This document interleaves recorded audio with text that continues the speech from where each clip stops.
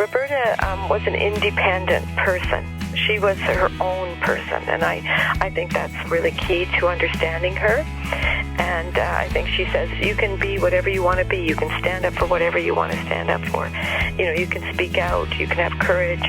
You can be a representative of your community, and I just think that's great. She was one of the first 2 women elected to a legislature anywhere in the British Empire, and that was so early on when women were first given the vote. And for her to do that also as a serving member of the military was quite a breakthrough. And she beat 20 other men to get this job.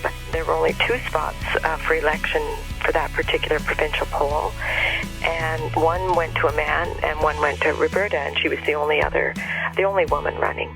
So that was quite an accomplishment. Actually, she was the first woman in Canada to bring forward a piece of legislation to a legislature and have it passed.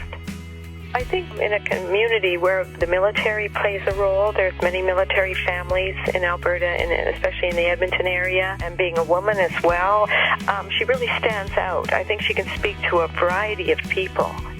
She was a principled woman. She stood up for what she believed in. She didn't mince words. She was very clear.